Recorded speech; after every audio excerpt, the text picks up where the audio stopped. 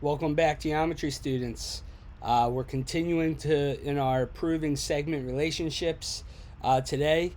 We have a couple different properties to look at, and then we're just going to get right to it. Remember, we're doing 2-column proofs now.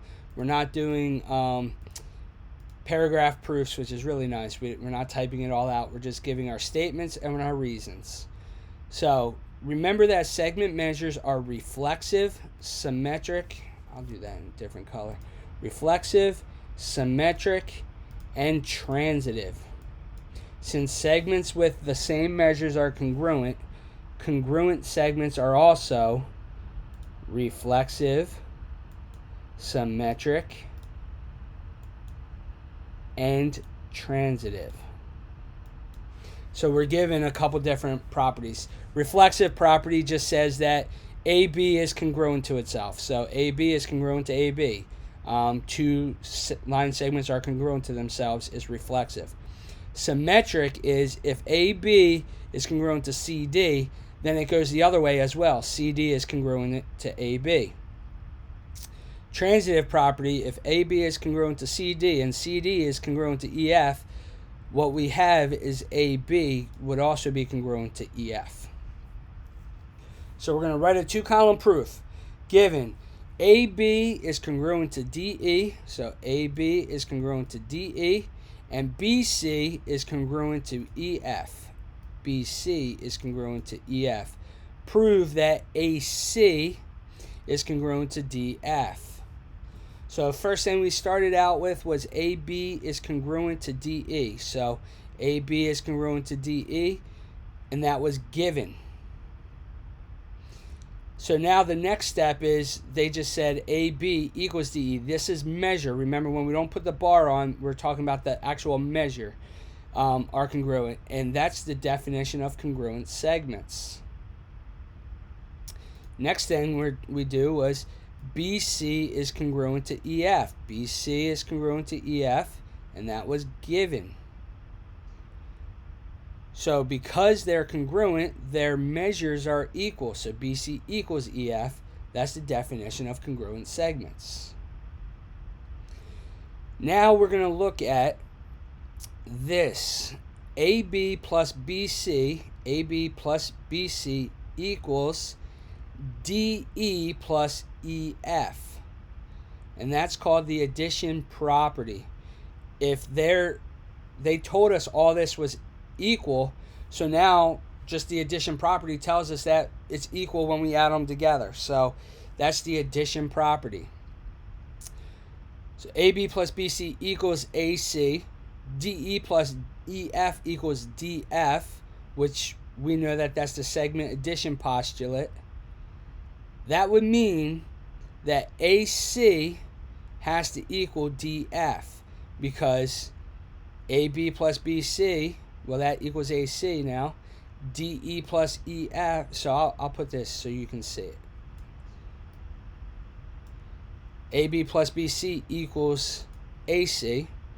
DE plus EF equals DF. That's segment addition postulate. But we know that these two are equal, so that means that AC has to equal DF by substitution. And so if their measures are equal, by definition of congruent segments, they are congruent. And we just proved what we set out to prove. All right, let's go on to the next one.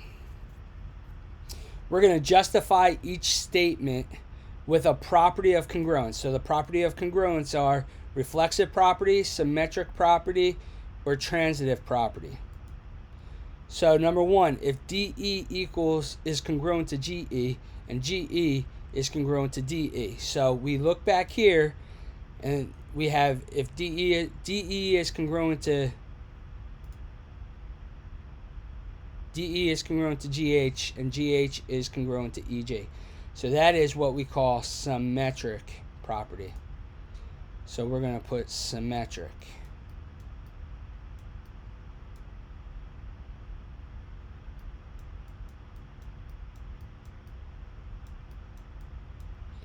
Symmetric. If AB is congruent to RS and RS is congruent to WY, then AB is congruent to WY. If you notice, that is the transitive property. So we're going to say transitive.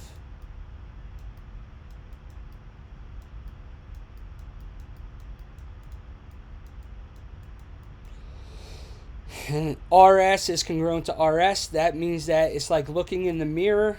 When RS looks in the mirror, it sees itself. That means it's reflexive.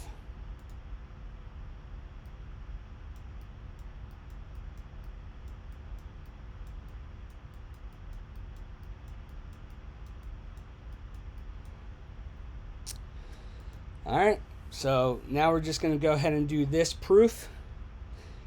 Given PR is congruent to QS, so PR is congruent to QS.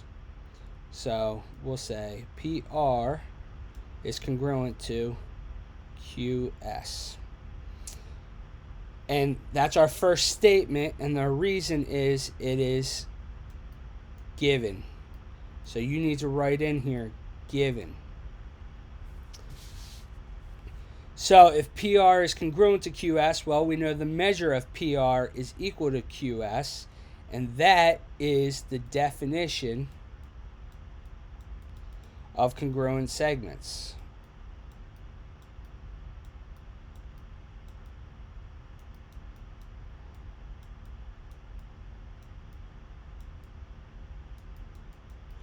And you know, you could always put a text box in this if you want.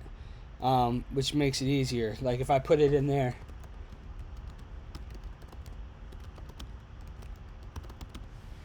and then just slide it up, and then here I'll erase this, and maybe that'll look a little bit easier for you guys. So, and then I'll change the color to red. Alright, definition of congruent segments there. PQ plus QR equals PR.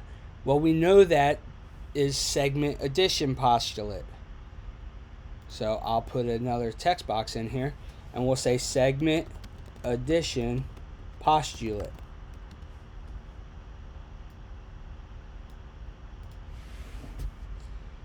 Alright, so now we need to come up with the next statement. So if they went PQ plus QR equals PR, segment addition postulate, and then they're saying that our next reason is the same thing, we're going to do the same thing but with the others. So we did PQ plus QR. Now we're going to do QR plus RS. So I'll put a text box here.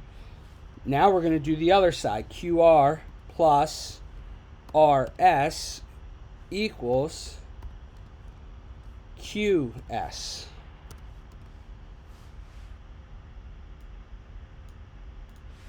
And that was segment addition postulate. So now we have, remember, PR is congruent to QS, right? That was given to us. So now we can say whatever PR equaled, it was PQ plus QR, is equal to whatever QS equals, which was QR plus RS. And we can say that that is from substitution. Substitution. So now this one's going to be a little bit interesting. If you notice, and I'm going to kind of cross this out for you guys, they both have a QR. So I'm going to cross out the QR, and our next statement is going to be PQ equals RS because of the subtraction property. Essentially, we can subtract QR from both sides, is exactly what we did. And now, what we tried to prove was PQ is congruent to RS, so in order to prove that they're congruent, we had to prove that they were equal, and we just proved that they were equal, so now what we can do is say PQ, and I'm going to go ahead and draw the line above it in a second, is congruent to RS. So we want to make sure that we're putting this right. So congruent, PQ is congruent to RS. And then that's our answer. We proved it. PQ is congruent to RS, definition of congruent segments. All right, guys. Any questions, reach out. You know the deal. Have a good one.